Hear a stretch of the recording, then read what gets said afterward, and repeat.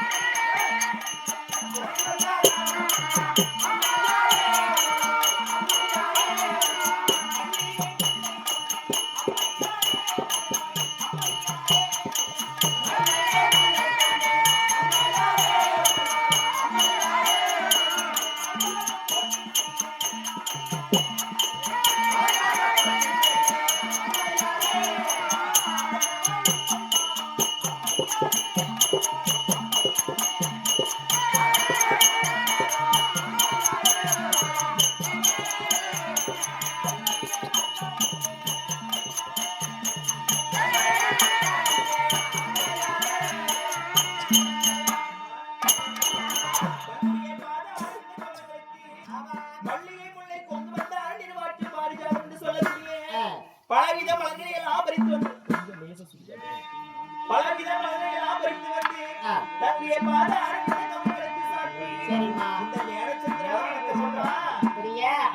வந்தன் பாதத்தை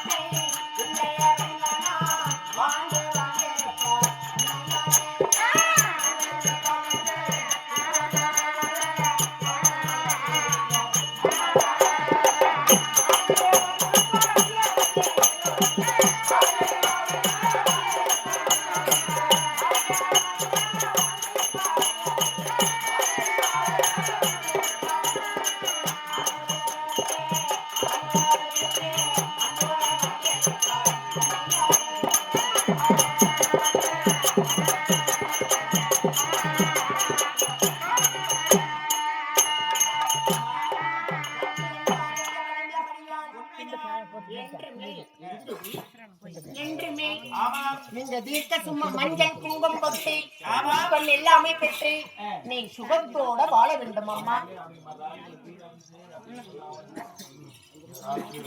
அம்மா அக்கா அப்படி இருந்தாலும் ஆமாக்கா வந்த உடனே அமர செய்து பாதத்தை படிந்து நம்மளை எவ்வளவு மரியாதை கொடுத்து இருக்கிறாங்க இந்த அம்மா. ஆமாக்கா இந்த அம்மா பார்த்தா எவ்வளவு அழகா இருக்கிறாங்க. ஆமாக்கா இருந்தாலும் நாம பணிய வேண்டும் அல்ல. ஆமாக்கா அம்மா இருந்தாலும் பாதத்தை பணிந்த உடனே நற்கீர்த்தியுடன் ஆசீர்வாதம் கொடுத்திருக்கிறீங்க. மனதிற்கு சந்தோஷமா. அம்மா வீட்டிற்கு வந்தவர்களை ஏமா வந்தீங்கன்னு கேட்க கூடாது. அதே மாதிரி அவங்க போறாங்கன்னா ஏமா நீங்க போறீங்கன்னு கேட்க கூடாது. இருந்தாலும் தங்களிடத்தில் ஒரு சிறிய விண்ணப்பம் நான் கேட்கலான்னு ஆசைப்படுறேன். கேட்கலாமா? தடை கிடையாது.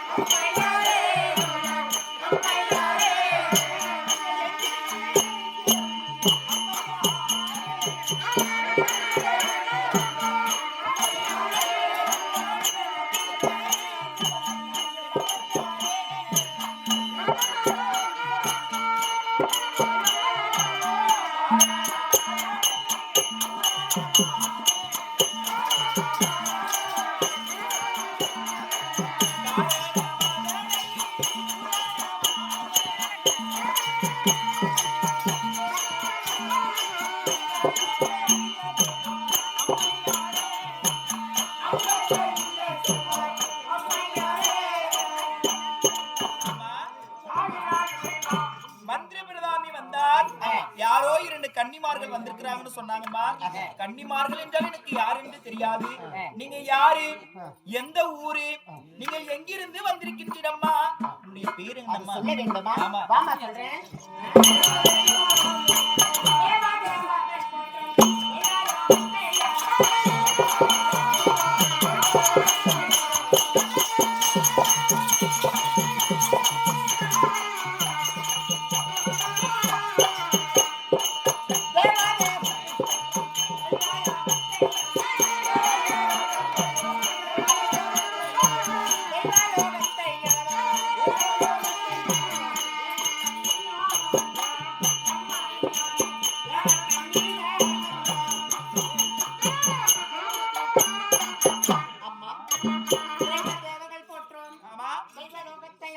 சரி, தேவர்களுக்கு நாங்கள் அடியார்கள் இருந்தாலும் அம்மா எங்க பேரு தேவக்கன்னிகள் என்று அழைப்பார்கள். தேவக்கன்னிகளா? ஆமா.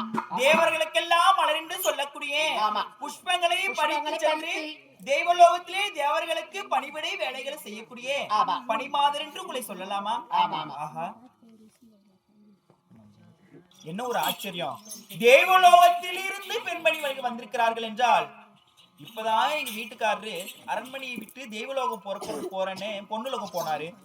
அப்பேற்பட்ட எங்க வீட்டுக்காரரே அங்க போயிருக்கிறாரு. ஆனா அங்க இருக்கக்கூடிய தேவக்கன்னிகள் என்னை நாடி வந்திருக்கிறார்களா? நான் எவ்வளவு ஒரு புண்ணியம் செய்திருக்க வேண்டும், நான் எவ்வளவு ஒரு பாக்கியசாலியாக இருக்க வேண்டும். இவர்களுடைய திருப்பாதமாகப்பட்டது என்னுடைய அரண்மனையில் படுவதற்கு நான் எந்த பூர்வத்தில் பாக்கியம் செய்தோனோ இறைவா. இருந்தாலும் அம்மா, வாங்கம்மா. சொல்லுமா. அப்படி இருந்தாலும் மீண்டும் உங்களிடத்தில் ஒரு வார்த்தை கேட்கலாம். கேட்கலாமா? வாங்கம்மா. நாடி வந்தேன்.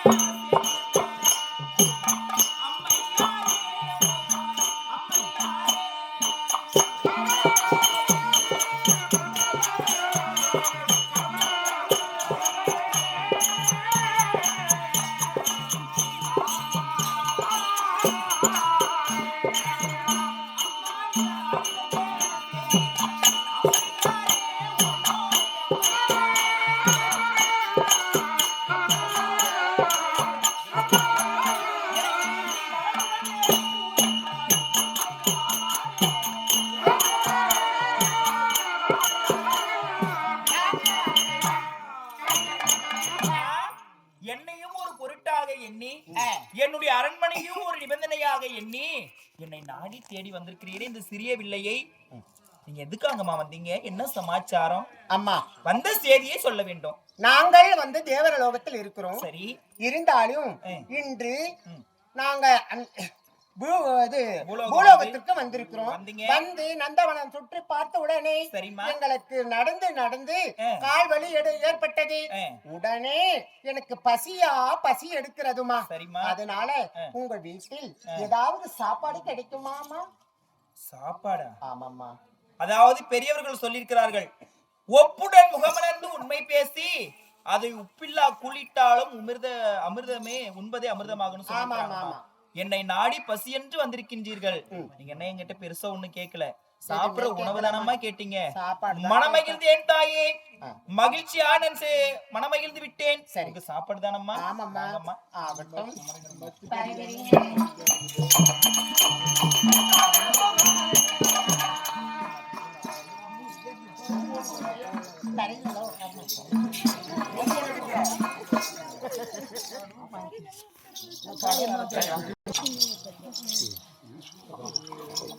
யார் ஒருவர் வந்தாலும் முகமலர்ச்சியோடு வந்தவர்களுக்கு கேட்கக்கூடிய பொருளை இல்லை என்று சொல்லாமல் முகம் கோணாமல் குடமான்னு சொல்லியிருக்காரு.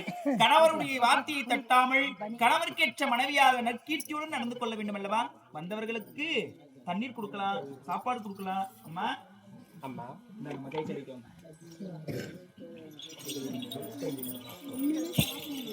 தங்கச்சி நல்லா கழுவி கையெல்லாம் டெஸ்ட் பட்டிருக்கு.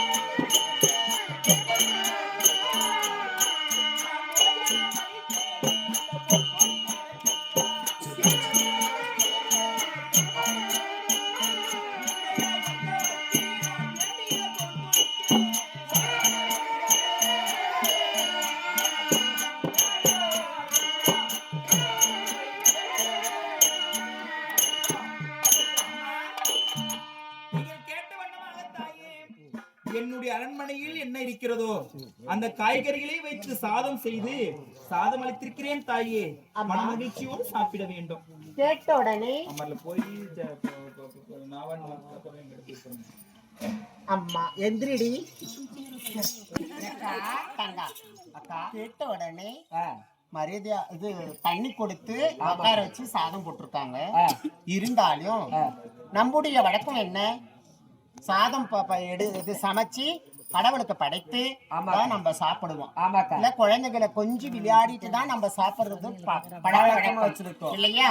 அதனால இந்த அம்மாவுக்கு ஏதாவது குழந்தை இருக்கா இல்லையா, குழந்தை இருக்கா இல்லையா கேட்கலாம். நம்ம அப்பதான் சாப்பிடணும். ஆமா, அப்படி இப்படி சாப்பிடுறது. சரிக்கா. அம்மா தாயி சொல்லுங்கம்மா.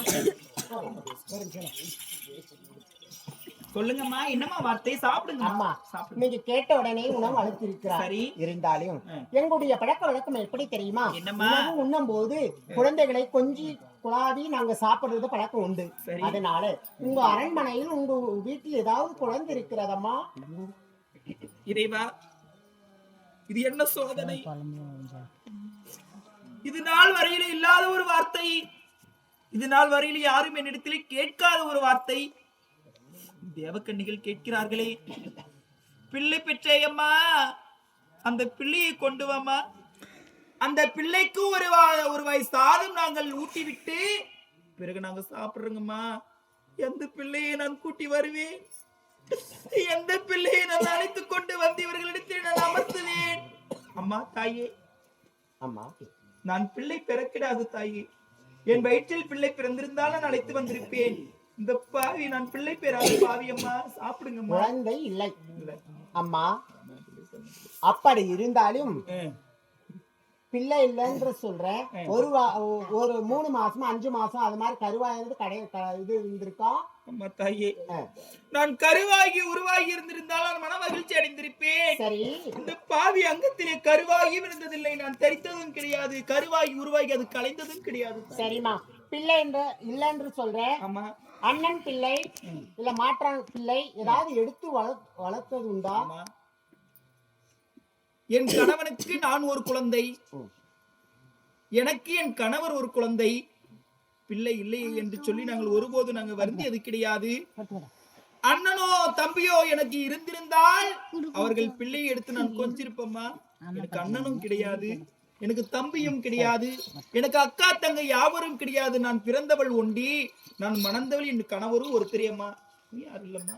ஒரு தென்னை பிள்ளை வளர்த்திருக்கிறாயம்மா. அம்மா, நாட்டிலே இருக்கக்கூடிய மக்கள் எல்லாம் சுகமாகவும் சேமமாகவும் அவரவர் இல்லறத்திலே சுகமாக வாழ்கிறார்கள். சரி, எங்களுக்கென்று நாங்கள் எதையும் வைத்தது கிடையாது, எங்களுக்கென்று நாங்கள் எதையும் தனிமைப்படுத்தியதும் கிடையாது.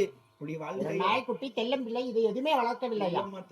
ஏண்டி இங்க பாரு, குழந்தை இல்லைன்றான், கருவாய் உருவாய் பிறக்கலன்றான், நாய்க்குட்டி வளர்க்கலன்றான், ஒரு தென்னை பிள்ளை வளர்க்கலன்றான். எழுதி எழுதி எழுதி இங்க பாருடி அக்கா, இவ குழந்தை இல்லாத வீட்டுல சாப்பிட்டா சொல்லிருக்காங்க. குழந்தை இல்லாத வீட்டுல சாப்பிட்டா புழுவுக்கு சமம்னு சொல்லியிருப்பாங்க. ஆமாக்கா, வீட்டுல சாப்பிட்டா நம்ம எவ்வளவு கஷ்டம், எவ்வளவு இது துன்ப நேரம். ஆமாக்கா,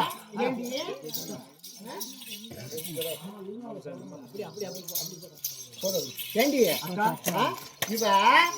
இவ எப்படியா பட்டுவேன் கொட்டி மறுபடி பிள்ளை இல்லாத பாவி வீட்டுல வந்து நம்ம பாவத்தை சேர்த்துட்டோம்.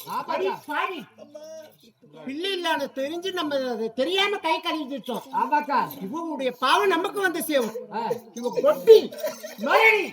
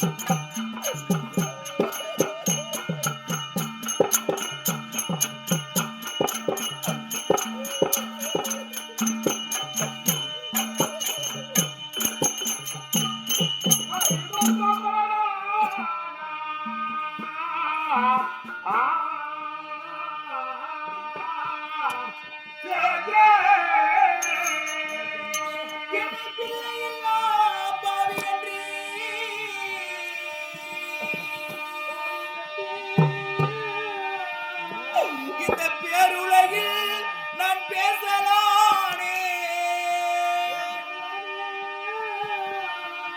நான் மைந்தனில்லா பாவி என்று இந்த மாநிலத்தில் நான் பேசலானே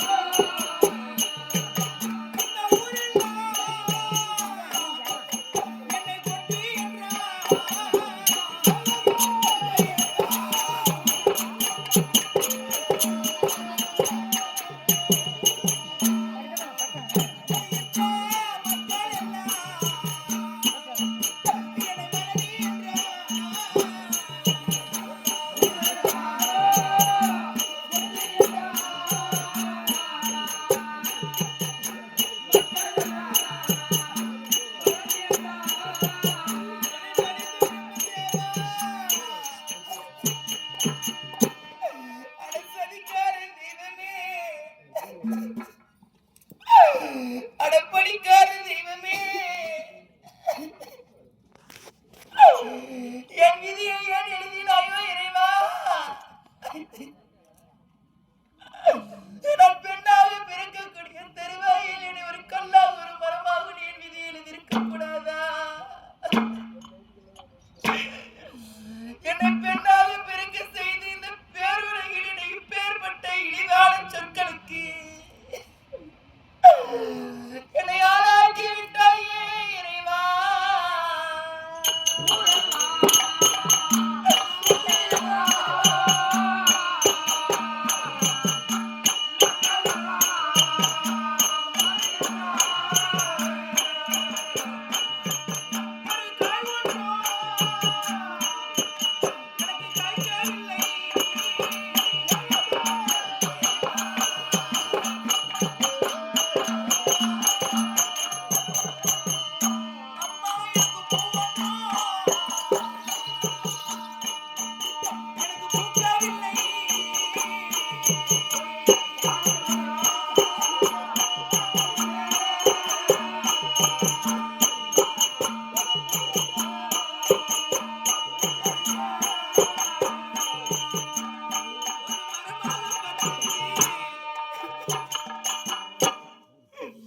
விதையாகப்பட்டிலே மண்ணிலே விழுந்து ஒரு துளி மலை துளி விழுந்தால் அந்த விதையாகப்பட்டது முளைத்து அது செடியாகி அது மரமாகும் அந்த மரமாகப்பட்டது காய்க்குமா இறைவா இந்த பாதி அங்கத்திலே ஒரு காய்க்க கூடாதா என்ன கொட்டின்னு சொல்றாங்களே என்னை மலடி என்று சொல்றாங்களே. எனக்கு பிள்ளை இருந்திருந்தா எனக்கு இந்த பேரு வந்திருக்குமா? எனக்கு ஒரு ஆண் பிள்ளை இருந்திருந்தா எனக்கு இந்த பேரு வந்திருக்குமா? எனக்கு ஒரு பெண் பிள்ளை இருந்திருந்தா எனக்கு ஒரு அபசொல்லு நேர்ந்திருக்குமா? நான் பெண்ணாக பிறந்தது குற்றமா? இல்ல பெண்ணாக பிறந்த நான் என் கணவரை நான் மணந்தது குற்றமா? என் விதி எனக்கு பாதியிலே முடிந்திருக்க கூடாதா? இறைவா,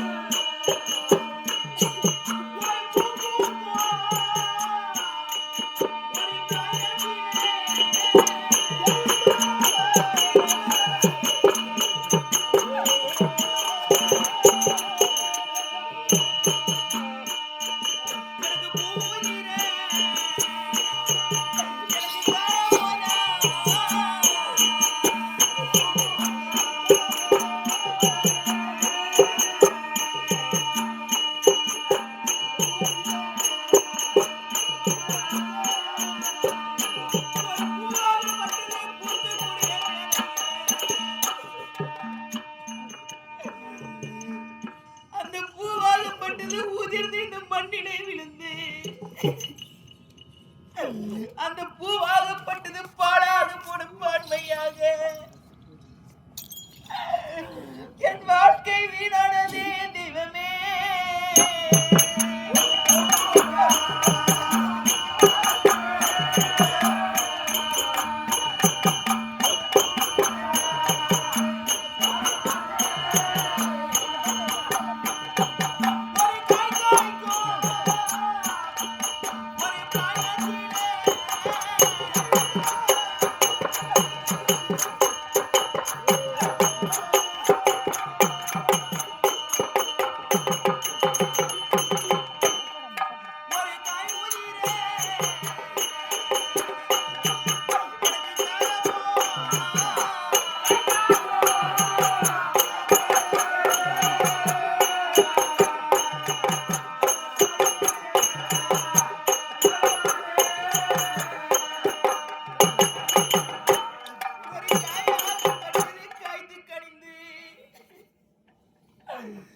அந்த காயாகப்பட்டது பலன் தரும் என்பதாக இந்த பாவியை நான் பிறந்து நான் வயதிற்கு வந்து நான் பருவம் அடைந்து என் கணவரை நான் மணந்து பிள்ளைகளை பெற்று இந்த பேருலகில் நான் சுகமாக நான் வாழலாம் என்று நான் மனக்கோட்டை கட்டினேனே.